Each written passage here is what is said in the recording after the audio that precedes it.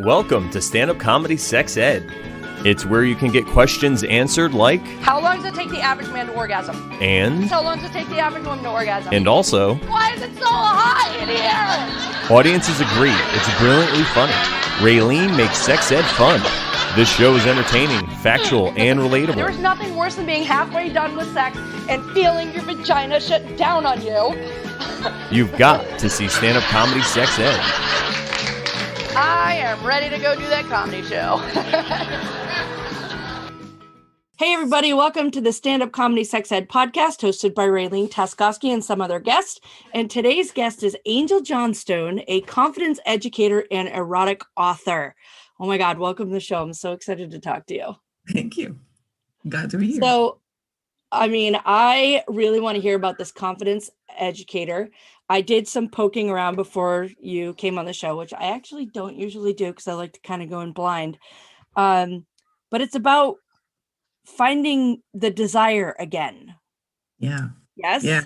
It's definitely about that. And that's not to say that it ever left. It's just we tend to push it aside because life gets busy and things are, seem more important than that for a lot of women. So we move away from our passions and our desires and into taking care of others mode a lot. And then suddenly we wake up 10 years later and like, wait a minute, what happened to me? Where? And so I help women kind of reconnect with that fiery spirit that they might have once had. And that includes in the bedroom and out of the bedroom. So I've been teaching confidence for quite a few years, doing speaking engagements and online classes and all kinds of things. And it kind of just moved into really tapping into that sex drive that a lot of women have put on the back burner because there's so much power in that. I was just thinking when you started talking, I wonder if those of us who became parents at a really young age have trouble getting a sexy back because we never had a sexy. Like we had just like 1 or 2 years of having sex, but we never developed, like a sexy, whatever, because we've always been caretakers from pretty much the time we were starting to have sex, we became caretakers. Mm-hmm. And I wonder if that's a thing. Because when I see people and, I see, I don't know, some people who just love their sexuality and I'm just like, ugh. I just want the orgasm. Do I really have to do all that? And I wonder if because like it was always on the back burner once I became a parent, which I became a parent at 18. Yeah. Yeah. That's a good possibility. I think it's interesting. I became a parent late. I was 40. So I had a good chunk of time, to get my sexy on, so to speak, but I was also married for a good chunk of that and we hadn't had kids. So I don't know. I think it's just really depends on what the challenges are in your life. I know for me, I was working a corporate job. At one point, I was working about 100 hours a week. So there wasn't any sexy because there wasn't any time for that. That sounds horrible. Take a shower, never mind. You get it going on. So I think we all have our challenges of caretaking, and it's not just kids. It could be parents. I'm doing elderly caretaking for my mom right now, and it's a much bigger commitment than you ever realize. I've got a 9-year-old. I'm 50. That's a little bit of running around, And then there's also the caretaking of either a spouse or your job or all of those things all at the same time. And wherever that caretaking starts is kind of where we go down the path of neglecting the sexy part of us because we feel so that we're needed. We need to be doing all these other things for everyone else and that our needs are, not the priority. I find that women, especially who've had kids in their 20s, 30s, 40s, when the kid hits a certain age where it doesn't really need that much mommying anymore, that's when they're kind of like, how do I get this sex thing back? Or I never had it and I want it, or I had it and I'm like, that was pretty cool. I would like to go back there. But they don't know how. And so it's really a tough transition to honor that is a part of them, because when you shut something down for so long, you kind of think, oh, that's not important. That's not really me. Or there's this whole Madonna whore complex thing that you hear about, where like, I'm supposed to be this chaste mom. I'm supposed to be raising my kids and giving them good morals. So I can't have any of that, even in my private life. So there's a lot of baggage, right? There's a lot of baggage in unpacking desire and unpacking how to get back to a life that allows for those desires to be met. This is a process for me. I didn't start teaching confidence because I walked out of the womb confident. I started teaching confidence because everyone was like, well, you seem confident. And I'm like, really? Do I? I So I was hear like, that what is that all exactly? All the You know? time. People are like, Yeah. oh, you're so confident. And I'm like, I am a scared little kitten hiding behind a Right. rocking chair. Yeah. And then every now and then I come out and I go, roar, and then I go back there and I'm not confident. Yeah. But that's what people see. And I find that really strange sometimes. Yeah, it was so strange for me that I was like, what is confidence? Like, what are they even seeing? So I did a lot of like research, like, what does this look like? And why did people say that? And why don't they see that in themselves? When I see it in them, they obviously see it in me. And I'm like, you got to be kidding me, right? Right. And I see it in them and they're like, oh, no, I could never do it. You do. And I'm like, okay, so we're all just faking it? Is right. that? And yeah, that I pretty could much never sums it do up. what you do. I hear Yeah. that constantly. And I'm like, yeah, you could. Yeah, you could. You absolutely You could. could. Anybody can do anything if they have the training and the time invested in doing it. It's just a Right. matter of learning that And the why. skill and the why and the want to. Yeah, you have to want to. So it's really interesting to see how my own progression, like my teaching came out of my learning about me and my learning about my desire and how to find that and how to get that in my life. And it's so interesting to walk other people through that process. Yeah, I always wondered why, like, when everybody says what's the top 3 things that are true about you? And I'm always like, I'm smart and I'm funny and I don't have a third. Like there's just nothing. And people will say, and I'll ask them, like, what is it? And they'll say, oh, you're confident and and everybody confident. And I'm just, where are you guys getting this? Like, what is it that says confident? I think it's just the ability to put fear aside and do it anyway. That's what I've come down to. It's like people see you do something that they would fear, and even if you don't fear it, that's a whole nother thing. But if something that they think they would fear and do it anyway. I mean, public speaking, being on podcasts, doing sales, whatever, all of those things are all things that people have like this, like, I don't think I could do that. And so they assume that if you can, therefore you must have some magical sauce that they don't have. And I've tried to eliminate that and say, like, there's no magic sauce. Right. Yeah. And that was it's weird though, because when I started getting into the direct sales realm, I would hear everybody say, oh, I could never do that. I could never. And I was like, I could do that. Like, I could do that easily. Like, and I didn't, if you don't really know that much about me, but when I started, I had nothing. I had no toys, no lubes, no heighteners, no cleaners, no lingerie. And as my joke goes, I also had no complaints.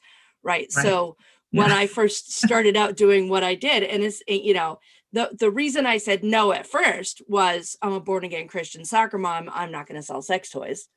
And then she told me how much she was making. And I was just like, well, I'm not that good of a Christian. So I was like, what, how much are you making? And so that's actually how I got started. But it was never, I never thought to myself, I can't do that. It was just like, I wouldn't do that. And then all of a sudden I was doing it. Yeah, that's true. I mean, you don't realize that the things that, I never thought in a million years my first book would be an erotica book. Not on the radar. Yeah, so let's talk about that. I have been wanting to have an erotica writer on, and I did last week, have someone who also writes erotica. And so I'm not a porn person. I've never been a porn person. I get it. But, and I've said this before on my podcast, like one night, my husband and I were in a hotel and, Cinemax at Night was on, where they just have their soft core, and it was like 10 minutes and we were both like, oh, okay, that's enough. Let's have sex. And it's just like, and that was more than enough. I've seen porn before. I'm not, but I just never, first, I never thought it was erotic. I always thought it was just kind of awkward to watch and uncomfortable. And it's all of those things. Yes. yes. And out of the realm of possibility, nobody's coming to my daughter, that's awful. No one's coming to my door with a pizza. And I'm like, I don't have any money. Let me fuck you for it. Like, that's not going to happen. Exactly. Not in this lifetime. Oh, let me wash your car. I'm sorry, I lost my wallet. Can I wash your car real quick for the pizza? Yeah, can I wash it with my boobs? Yeah. Yes. But erotica, I would say 50 Shades of Grey was probably my first foray into it. And then there was on Amazon, they had the free books. If you had a Kindle, they always have free books. I learned really, really quickly that before you just look at the title and the story, because a romance novel looks like a romance novel no matter what, you need to find out what category it is. Because if it's Christian or if it's erotica, it is not the story you were looking for. Either way, and both of them you get, a couple chapters in and you're like, oh, this is good. And then a couple more chapters in, you're like, what did I download? What did I get myself into? Oh no. Right. But at least then I get to let my brain do the work and the walking, and, I could, pause it, when I'm ready, and I could pick it back up when I'm ready. And how did you get started? What made you decide to write erotica? Wow. Okay. So, the easiest description of this is that I had joined a women's empowerment group, 900 women, under the tutelage of Regina Tomashore, who's written many books about women's power and desire. And we are encouraged in that group to brag. And I have a pretty happy sex life. And so I was bragging to my girlfriends. And they were like, oh my God, you need to write this down because I want to read it again. And so I started turning those stories into, and stories of other women that I knew in the group, into these short stories. And I did so with the very feminine, very female-centered viewpoint. So in other words, it's written from first person, female viewpoint, which is, there's not a ton of that out there. A lot of stuff is, made by men for men. And I also made it that the male characters were very nondescript, so that you could insert in your mind as you were reading the gentleman of your choice. Mm-hmm. That's a good idea. And I purposely sprinkled in there a lot of sex ed, things that women may or may not know about their own sexuality, or that their partners may or may not know. So that they could also. So please tell me these women are using lube. That's another good question. Like, what are you using lube for? Are you using it the right way? All those types of things. Right. But I tried to intersperse a little bit. All the erotica that I read, the woman is always wet like a faucet all of the time. Yeah, like, where the fuck did you find some of this us wet are, woman? but not everybody. Right. So I tried to write it in such a way that you could really insert yourself into the story and see yourself in that role of the female. And then I working on some other stories that switch up the gender roles a little bit and also switch up gender completely. So it's not just man and woman, man and a woman. So that will give a little bit of more depth and possibility to the readers for my next series. The interesting thing about that is, as I was bragging to my girlfriends, I was doing it in just little snippets. It wasn't anything dramatic, but they were like, oh my God, this is so hot. And then as I started writing actual stories and sending them out to my friends, hey, can you edit this for me? Can you look at it? Can you read it? They were like, this is like nothing I've seen before, because it's not, again, porn is such a male dominated industry. And right. Unfortunately, even the erotica, I write kind of like, it's almost like Penthouse Forum. Yeah. Nice. So it's got all the bad language in it, right? But it's from my perspective and the perspective of female character. So I try to make it so that someone can really kind of insert themselves into the story and have a little bit of wiggle room with what he looks like and what they're doing, so that they can make it their own. One of the things I found in doing that with the first book was that women were starting to read it to their male partners in bed and reporting back to me that it was like the best sex of their lives, because it basically Nice. him step-by-step instructions on what to do to her. That's hysterical. Yeah. That reminds me, like, when my husband and I first moved back to Connecticut, we didn't have a house. We were living in an RV in my parents' backyard. Mhm. And to keep things interesting, because it was very difficult, because we had no life, we had no house, we didn't have a bedroom. We would, my husband would get me the, what was it called? Maxim magazine, but he would get me the UK version, because the UK version is much naughtier than the US version. Yeah. And there yeah. was this one list, it was 300 things to do to drive her crazy. Yeah. And I'm like reading through them, and I stopped at one, and I, not out loud, I was reading them to myself. And I was like, oh, that one would work. Right. And he goes, which one? And I just hand him the book, and I'm like, work your way through them. Like, Work your way up, honey. work your way. All of these will be good. But yeah, I get what you're saying, because all of the stuff that I've read it's usually penthouse forums type stuff. And it's always from a guy's perspective. And, she is, tiny, and she's 52, but her body is still banging, and her Yeah. pussy's still tight. We don't need any And of I'm that. just like, I mean, I might as well be watching porn, because I don't can't identify relate to with any of any that of if that's that. not you. I can't, Yeah. it's not relatable. Yeah. But I like that you don't add a too much description to the guy, because I've told this to people before. If you're going to fantasize, make it about someone that doesn't exist, because then you can never look at that guy's, like, you'll never not see him the same way again. Right. There's only And one, then if he there's marries only a very one nice story in mine that has a male character, and the only description is that his hair is long. So like if you imagine a guy that a little Fabio. have long hair. But that's very critical to the story. And that was one of my friend's stories that I actually converted from her brag, Nice. permission, of course, into a story. And Please tell me she's pulling that hair long at some hair. point. Is she pulling the hair? The hair was nice. Very nice. It's very nice. So what is the name of that book? That's Ladies First is the name of it. Okay. And where can people get that? That is on Amazon in the erotica section under my pen name, which is Angelin Ceylon. So Ceylon. Ceylon. Yeah, it's a good thing you said that, because I was not going to guess how to spell that. And you said you're working on a new one? Yeah, I got about 3 or 4 stories. I do them in books of 6. So I call it the 6-pack of sexy series. So you always have, it's a small book. You can take it on a plane, you can take it on vacation. It's not a huge read. It's not 50 Shades. Although when I have, 7 or 8 of them together, I could put together a pretty nice movie. Anyone, got a contact, we'll talk. That's so funny, because I remember reading 50 Shades of Grey on an airplane, and I always choose an aisle seat because I don't like to feel, closed in, and I always have to pee a lot.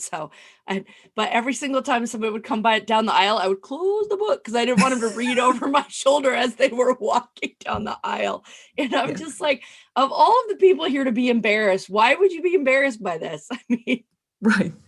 They can also see the cover, dumbass. Right. But I had rented it at the airport. It was when you could, buy the book in one place and then return it for 50%. Return it, Yeah. So I'm like, somebody else has already read this book. Like, calm down. Yeah. But it was so funny, because I am not shy about sex or talking about sex at all. But here I am on the airplane. But here you are, like hiding in my book. I'm like, I don't want anybody to know I'm reading this. But look, they can see the cover. Yeah. Exactly. Don't read it over my shoulder. It's so weird how we get that way about some stuff. So you're working on another book? Wait, I am. Yeah, I'm that. hoping that by the fall I can get something else out. This last year with pandemic has been super interesting, because there's been a lot of sex distractions and so many, just taking tours in every direction. So my writing time got diminished quite a bit with distance learning and Oh navigating yeah. Kind of hard to write all of erotica that. when your 9-year-old is on your computer Yeah, that doesn't really work doing out. his homework. I It could doesn't see work that out so being well. awkward. Yeah, exactly. I did find That's that I did my hilarious. lot more coaching this year online because everybody was home. So that part of my business did increase quite a bit. We were able to run four classes concurrently and help women through, this 13-week program that I've got that allows them to learn more about pleasure, both with themselves and with their partner. And then also I had another program where we're talking about the corollary between owning your power in the bedroom and owning your power in your money, which became a really popular class. Nice. And finding that was Elaborate. elaborate, I know, right? We were finding that when you put your desires aside, right, and you don't honor your sex drive, that you tend to do the same thing in other areas of your life, meaning that you don't speak up as much at work. You don't ask for the raise you know you deserve. You don't save the money for the things that are really important to you, and you end up spending them on things like emergencies. And you don't honor that those desires are needing to come to fruition. And if they don't, that bad things will happen. And so we really started talking about how do you set goals? How do you honor that those goals are valid and that you should be working towards them? And also, how does the childhood trauma, if you will, around money bleed into other areas of your life? So if your parents were not wealthy, if your parents didn't, they instilled values like work hard, get education, and then you realize that the economy has completely changed by the time you did that, like how does all of that affect your work life? And then how does your work life affect your sex life? So it was just really interesting conversation to see how all of that's actually interrelated for women, because we're those creatures that everything's interrelated anyway. Oh yeah. Yeah, I made my New Year's resolution this year to have more sex with my husband because I realized last year, it's a joke that I tell in my comedy show, my stand-up comedy sex ed show, like my Yep. actual show. Your actual show, yeah. Yeah, and it's that, my husband and I have been having sex bi-weekly since we met. And in the beginning that meant twice a week, but now it means every other week. And I realized, as funny as that is, I realized that sometimes it was getting to be that. And I was like, that's ridiculous because I really like orgasms, Right. so, and I really like my husband. So why would I not just do them together? And so I've been like trying to stick to the bi-weekly thing, and having him home from working from home helps because we're like nooners. We're noon people. So it works out pretty well. Yeah. Absolutely. So if I ever tell anybody I just woke up from a nap, I assure you that means I was just having sex. That's how I am too. I don't get to nap, but Yeah. It's our code. It's our code for one. Everyone should have a code. That's right. It's I'm feeling tired. Are you tired? Absolutely. I'm tired. Yeah. Well, it was so interesting to see when so many people were home, how many people realized, I think what was good about 2020, if there was anything, is that we all got real with ourselves about what was working in our lives and what wasn't working in our lives. Yeah. And we're able to take a moment to be like, you know what, this path isn't quite where I was hoping to end up. And so I'm going to take a minute and try to redirect while I have a chance to. I think some of us did that in our businesses, but some of them also did it in our personal life. And for those that did it in their personal life, they were looking for some guidance on how to do that well. And so I think the coaching industry was great for that, where people were really searching for the missing piece, whatever was missing before all this happened. And they got real with themselves and like, you know what, I really need to take a minute and find whatever that is. Right. You're going to see a lot of new businesses in the next couple of years and a lot of change in people's relationships. Yeah. Well, one thing I did like about 2020 is people who started in relationships in 2020, because they couldn't spend time together, they got to know each other first. So I think the relationships that developed in 2020 will probably last longer than ones that started out with the physical hookup culture, because they got a chance to get to know each other before they started bumping uglies. And that I think is going to bode well for them. Welcome to going back in time a little bit. Right. Take it a minute. Yeah. It's good. To give us time to get to know each other. Yeah. So now I'm going to get into my nosy questions. I have a couple nosy questions that I ask everybody. Okay. And I think it's just because everybody needs to know. How old were you when you lost your virginity? 12. Or the social construct of virginity? 12. Yeah, 12. All right. So I'm not the only one. There we go. I think, honestly, that when we're doing sex ed for kids, which we should do, I think we should show them the bell curve of when people are likely have lost it. So they can see that down here, there's a few people that are in the 12, 13 range, 14, 15, and then that number gets a lot bigger at 16, 17, 18, 19, 20, and then it goes back down again. So they can feel that in the bell of things, they're still on that curve. Because when I lost mine, I thought everybody was already having sex because everybody was talking about it and acting like they'd had it. And you were like, oh, I'm late. Yeah. And so I think if I had seen a bell curve and seen like, okay, these bitches are lying. Right. Straight up. Yeah. Then I wouldn't have been probably so low on the curve. But yeah, absolutely. I was really young. It was hopefully consensual. Oh, absolutely. Okay. Like that would be a horrible question for me to ask. Do you have any funny sex stories? You must. Oh, God. Probably, yeah. The time I fell asleep. Done that. That was good. Other funny sex stories. I don't know. That's taken me off guard. I'm sure there's plenty of them. Time I fell off the bed. Fell off the bed. There's a good one. What were you doing? We were trying to get into some position and whoop, off I went. Lost track of where the end was, apparently. Yeah. It's another reason I have a good king size bed and know where the center line is. Yes. Yeah. Yes. That's why I have a king size bed now. At least I have plenty of space to spread out. Right. You need to get bumper guards to stay on there.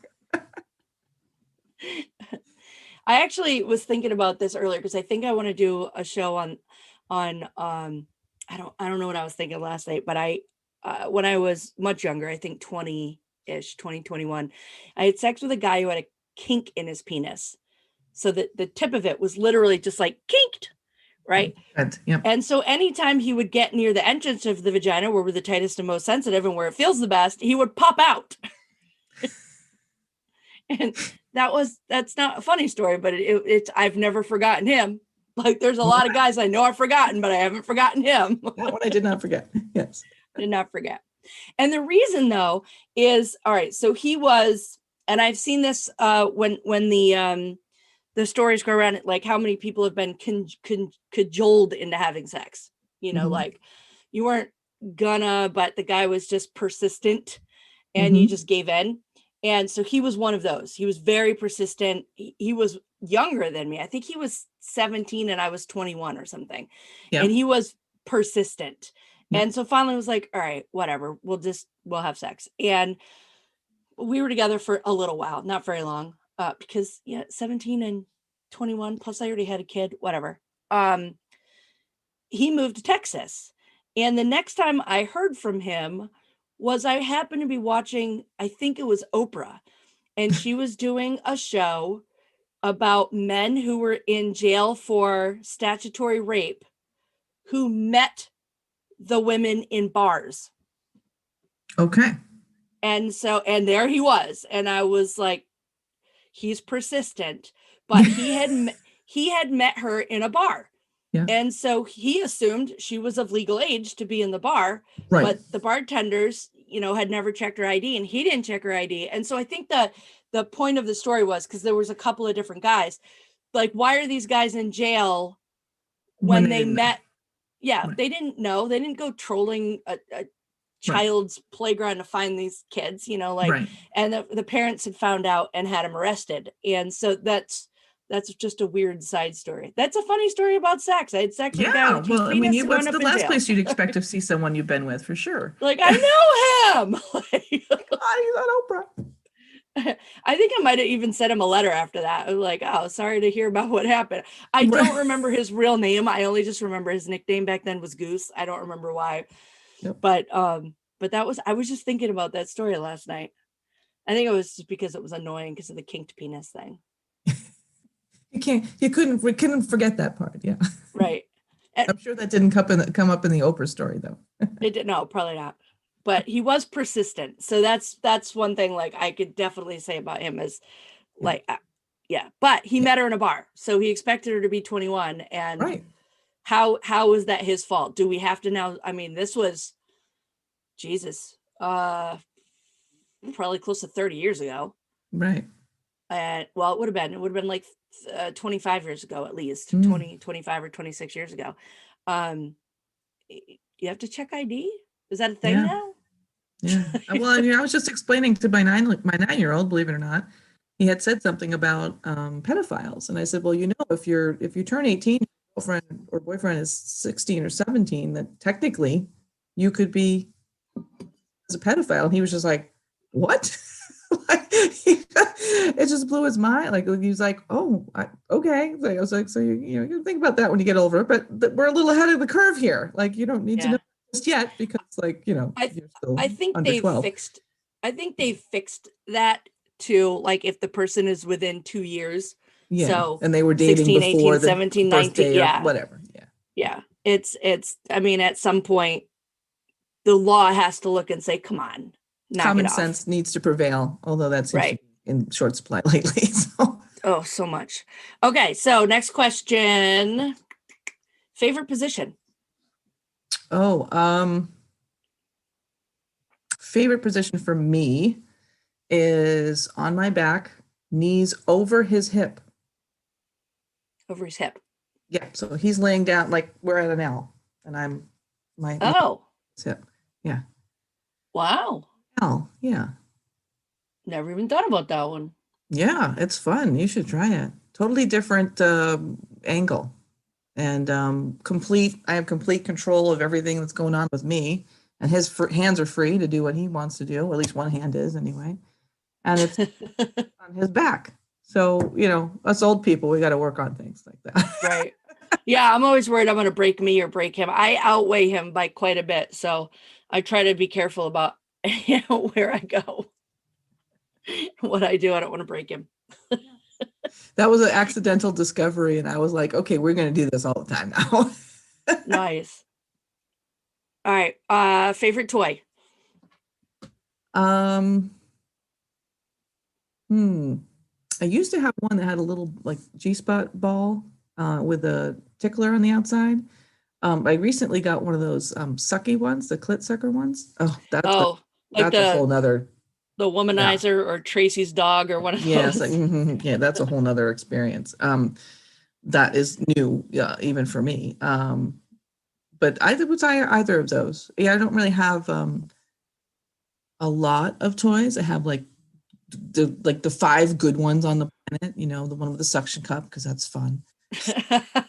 I have one right there. Yes, you know what I'm talking about.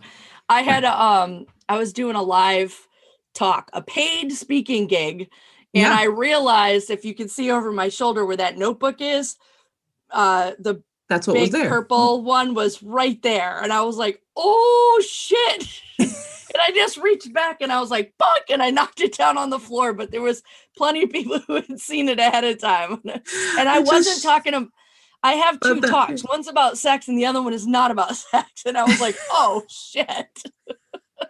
I just saw somebody had been interviewed on the BBC over the course of the pandemic, and she everybody had the suction cup one in the that. background, and I was like, if I ever get interviewed on the BBC, I'm going to purposely put it on the shelf behind me, just in solidarity.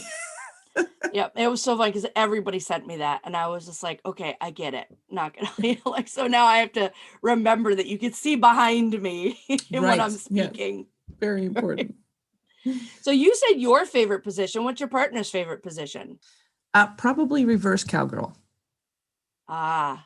Yeah. So because he can see everything, because guys are so visual. Plus, he's got access to smack the booty if that's his desire. Yeah. Yeah. I personally, not my favorite, although it feels really good. Not my favorite. Nobody likes to be looking at feet. So, from a Yeah, view that's not standpoint, sexy. not great, but, gets the job done. So, I'm always worried about breaking the penis. Like if I'm in that I position, haven't had that problem before. I haven't broken anyone. But yeah, no, I'm just kidding. I worry when I'm on top. Maybe it's in my head. Maybe I just think that I'm a lot heavier than I am. They And can handle it. They'll let you know if you're killing them. Yeah, yeah, they can take a licking. It's okay. yeah, I could take a licking. Yeah, right. That'd be a good idea right now. As a matter of fact. Like, say, are you tired right now, honey? Do you need a nap? So I'm gonna wrap this up fairly soon, but I'm just so curious about what were you saying to your friends in that group that they said you need to write a book? I think that what was so intriguing for them is that my partner is so attentive, both as a boyfriend and as a lover.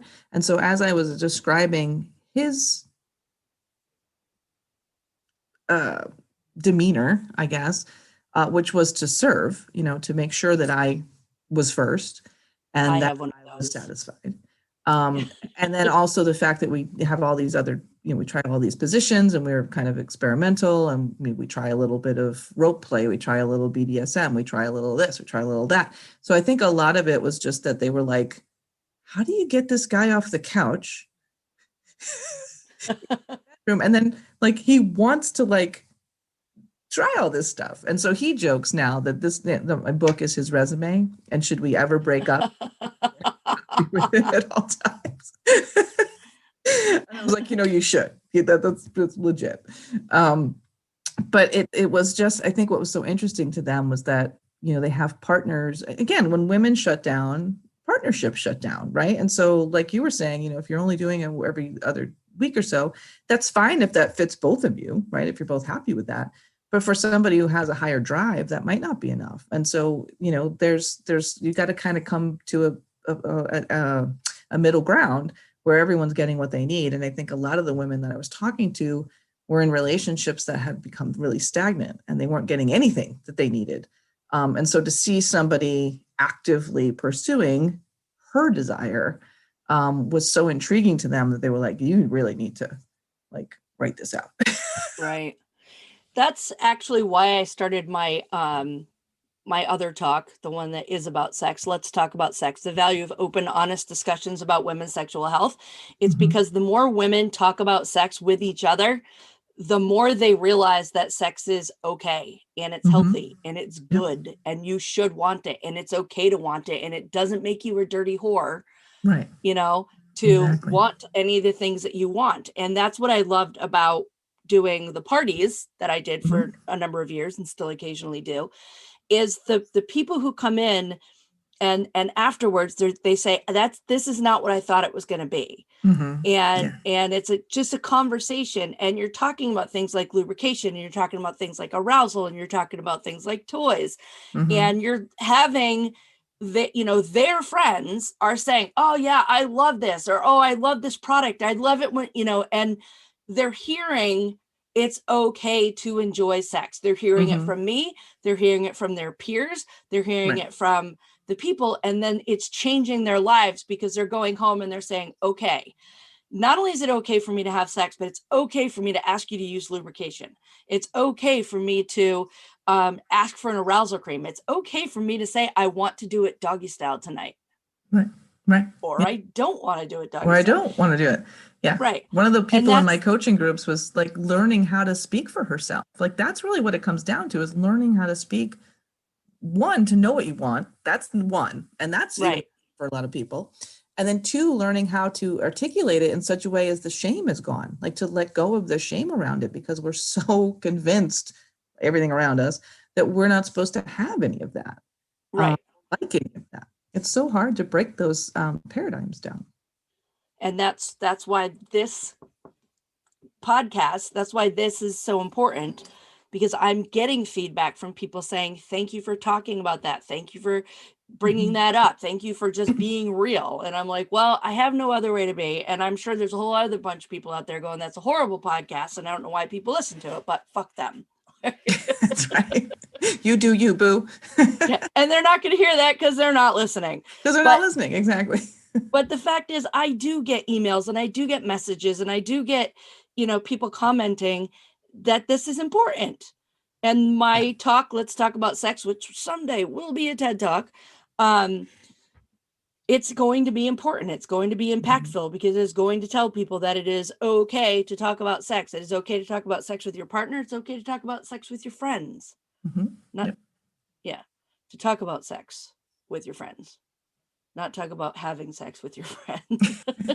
Well, I suppose if that's on your desire list, maybe that's okay too, right? Exactly. I've had, I think, 4 polyamorous people on my show.